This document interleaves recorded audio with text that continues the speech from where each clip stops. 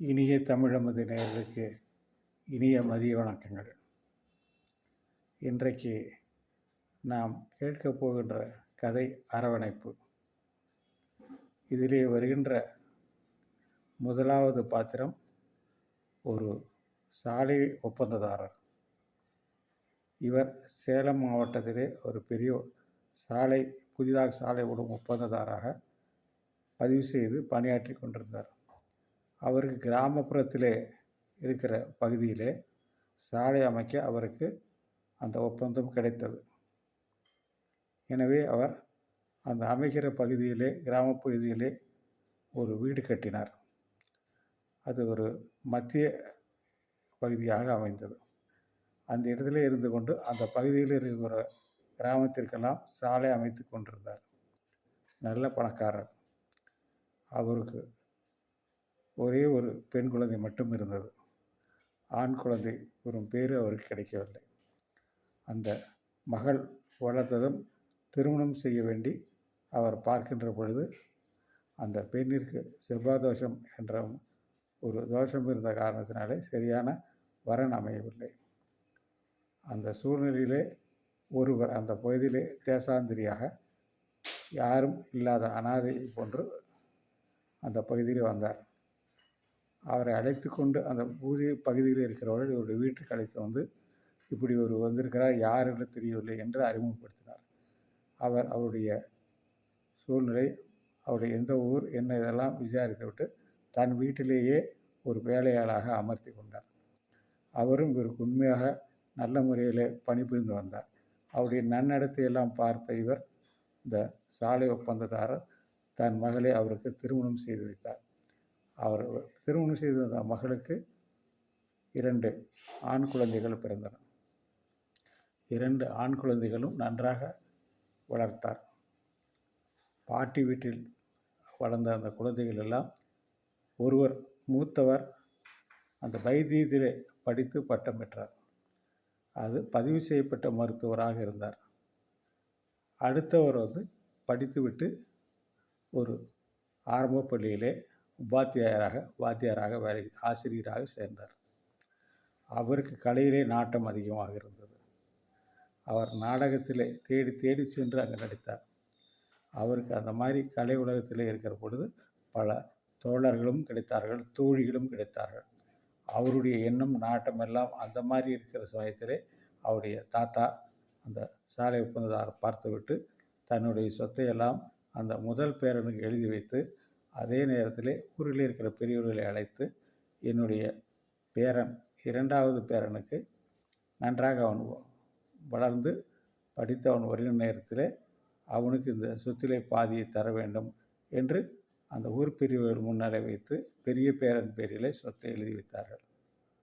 அதற்கு பின் அவரும் காலமாகிவிட்டார்கள், அந்த பாட்டியும் காலமாகிவிட்டார்கள். பின் வளர்ந்து வருகின்ற நேரத்தில் அந்த ஆசிரியருக்கு ஒரு பையனும் ஒரு பெண்ணும் பிறந்தார்கள். அதிலே இந்த பையன் மிக சுட்டியாகவும் நன்றாக படிக்கக்கூடிய நாம் இருந்தான். எனவே பக்கத்து நகரத்திலே சென்று அவனை படிப்பிலே படிக்க அவருடைய தாயார் ஏற்பாடு செய்தார்கள். அவரும் சென்று ஒரு வீடை வாடகைக்கு எடுத்து அந்த பையனுக்கு பள்ளியிலே சேர்த்தார். உயர்நிலைப் பள்ளியிலும் சேர்த்தார். ஆசிரியர்களுக்கெல்லாம் இந்த நன்றாக படிக்கின்ற அந்த சிறுவன் மீது மிகுந்த ஒரு ஆர்வம், ஒரு பற்று, அவன் மேல் ஒரு அக்கறை. அந்த முறையிலே இவன் நன்றாக படித்து கொண்டிருக்கிற காலத்திலே அவருடைய தங்கை சின்ன குழந்தையாக இருந்தால் ஒரு 4 வயது 5 வயது இருக்கிற பொழுது இந்த ஆசிரியருடைய கலை ஆர்வத்திற்காக இருக்கின்ற நாடகத்தில் இருக்கிற இவருடைய தோழிகள் அந்த 2வது பெண்ணை, அதாவது முதல் பையன் 2வது பெண் 5 வயது பெண்ணை கடத்தி கொண்டு சென்று விட்டார்கள். அவருக்கு அந்த நகரத்திலே வேலையாக இருந்தால் அந்த இடத்திலே அவருடைய குடும்பம் இருப்பது அவருக்கு பிடிக்கவில்லை. எனவே அவர் தோழிகளை வைத்து அந்த தன்னுடைய மகளையும் அவர் கடத்தி விட்டார். அதை பின்னாலே தெரிந்து கொண்ட அவருடைய அண்ணன், அது நம்ம சாலை தரக்கூடிய பேரன், முதல் பேரன் இவர்களை அந்த நகரத்திலிருந்து பையனையும் பெண்ணையும் படிப்பு நிறுத்திவிட்டு கிராமத்திற்கு அழைத்து வந்து விட்டார். அந்த பள்ளியில் இருக்கிற தலைமை ஆசிரியர் போன்றவர்களெல்லாம் அந்த பையனை நான் படிக்க வைக்கிறோம் என்று சொன்னாலும் கூட அவர் பாதுகாப்பு கருதி தன்னுடைய கிராமத்திற்கு அழைத்து வந்து விட்டார். வந்ததற்கு பின்னாலே வெறுமனாய் இருப்பது என்னவென்று யோசித்து இவர் படித்தார். 8ஆம் வகுப்பு அந்த காலத்தில் இஎஸ்எல்சி அதையும் முடித்தார். அதற்கு பின்னாலே அவர் அந்த மெட்ரிகுலேஷன் படிப்பையும் அங்கே பக்கத்தில் இருக்கக்கூடிய ஒரு உயர்நிலைப்பள்ளி தலைமை ஆசிரியரிடம் போய் அவரிடம் பயின்று தனிப்பட்ட முறையில் பயின்று அவர் மெட்ரிகுலேஷனையும் படித்தார். ஆனால் இவர் வெளியே சென்று விடுவார் என்றால் அவருடைய பெரியப்பா அந்த சாலை பணியாளருடைய பெரிய பேரன் அவரை தயவுசெய்து இங்கே இரு, நீ வெளியே எங்கேயும் போக வேண்டாம், குடும்பத்தோடு இரு என்று நிறுத்திவிட்டார். ஆனால் அவருக்கு எதுவான வருமானம் இல்லை. அவர் தினமும் டைரி எழுதுவார். அந்த டைரியிலே அவர் குறிப்பிட்டிருக்கிறார், இன்று ஒரு சர்க்கஸ் நாமக்கல்லே போட்டிருக்கிறார்கள், சென்று பார்த்துட்டு வர 4 அணா தேவை, ஆனால் அது கூட என் கையில் இல்லையே, ஒரே ஒரு வேட்டியை மட்டும் கட்டி தினமும் துவைத்து போட்டு கட்டி கொண்டிருக்கிறேன், இந்த சூழ்நிலை எனக்கு எங்கே 4 அணா கிடைக்கப் போகிறது என்று நொந்து கொண்டிருக்கிறார். இப்படி அவர் நல்ல வசதியான குடும்பத்தில் இருந்தாலும் அவருக்கு எந்த வருமானம் இல்லாதனால துயரத்தில் இருக்கிறார், வறுமையிலே வாடுகிறார். இந்த காலகட்டத்திலே அவர் தன்னுடைய பெரியப்பாவை பார்த்து அந்த பாரதத்தில் வருகின்றது போல ஏதாவது ஒன்று நீங்கள் எனக்கு கொடுங்கள், நான் சரிபாதியாக உங்களிடம் கேட்கவில்லை, ஏதோ ஒரு பகுதி இருக்கிறதை கொடுத்தீங்க, அந்த சொத்தை வைத்துக்கொண்டு நான் பிழைத்துக் கொள்வேன் என்று கேட்கிறார். பெரியப்பாவிற்கு தான் பார்த்து தான் கொண்டு வந்த கிடைத்த சொத்தை எல்லாம் எப்படி தன்னுடைய தம்பி மகனுக்கு கொடுப்பது என்று அவர் தயங்குகிறார். இவர் வேண்டி விரும்பி கெஞ்சி கேட்டுக்கொள்கிறார். பெரியப்பாவுடன் மரியாதையாக எதை வேணாலும் கொடுங்கள், எனக்கு எல்லாம் சரிபாதி வேண்டாம் என்கிறார். அவரும் பல நாட்கள் இழுத்து தெரிந்து கடைசியில் ஒரு முடிவுக்கு வருகிறார். அது எதெல்லாம் தனக்கு தேவையில்லாமல் இருக்கிறதோ அவையெல்லாம் தன்னுடைய தம்பி பையனுக்கு கொடுக்கிறார். இவரும் அதை மகிழ்ச்சியாக வாங்கி கொண்டு அதை நல்ல முறையில் அவர் பயிர் செய்து வருகிறார். இந்த சூழ்நிலையில் பெரியப்பா காலமாகிறார், பெரியம்மா காலமாகிறார். இவருடைய ஒன்றுவிட்ட அண்ணனும் அண்ணியும் காலமாகிவிட்டார்கள். அவர்களுக்கு 3 குழந்தைகள், அதாவது ஒரு பையன் 2 பெண் குழந்தை. இவர் அந்த குழந்தைகளை காப்பாற்ற வேண்டிய சூழ்நிலைக்கு தள்ளப்படுகிறார். தனக்கு சொத்து சரிபாதியாக கிடைக்காவிட்டாலும் அந்த குழந்தைகள் கடை தேர வேண்டும் என்று படிக்க வைக்கிறார்.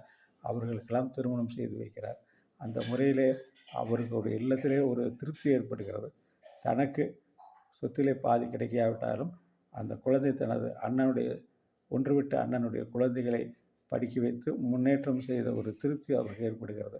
அதை பற்றி அவர் சொத்திலே தனக்கு கிடைக்காத பாகத்தை பற்றி கவலைப்படாமல் அந்த குழந்தைகளை படிக்க வைக்கிறார். அந்த குழந்தைகளும் நன்றாக படித்து நன்றாக வேலைக்கு செல்கிறார்கள். இவர் தன் காலத்திலே முடிகிற கூட்டு அந்த 2 குடும்பத்தினுடைய குழந்தைகளையும் அவர் அழைத்து சொல்கிறார், நீங்கள் இந்த மாதிரியான குடும்பத்தில் வந்திருக்கிறீர்கள், எனவே நீங்கள் ஒரு கூட்டு குடும்பமாக வெவ்வேறு இடத்துல வேலைக்கு சென்றிருந்தாலும் நீங்கள் என்றைக்கும் மனதில் வைத்துக்கொண்டு நீங்கள் 2 பையன்கள் 3 பெண்கள் என்று ஒரு கூட்டு குடும்பத்திற்கு பாசத்தை மனதில் வைத்துக்கொண்டு ஒன்றாக இருங்கள் என்று சொல்லி ஆசீர்வதித்து அவர் காலமாகிறார். இந்த முறையிலே இருக்கக்கூடிய சூழ்நிலை பெரியவர்களெல்லாம் அந்த காலத்திலே இப்படி எவ்வளவு சொத்து சம்பந்தமான பிரச்சனை இருந்தாலும் இழப்பு ஏற்பட்டாலும் ஆனால் அந்த ஒற்றுமையை உண்டாக்கி அந்த குடும்பத்தை கொண்டு வந்த பெரியவரை இந்த நேரத்திலே வாழ்த்த கடமைப்பட்டிருக்கிறோம். நன்றி, வணக்கம்.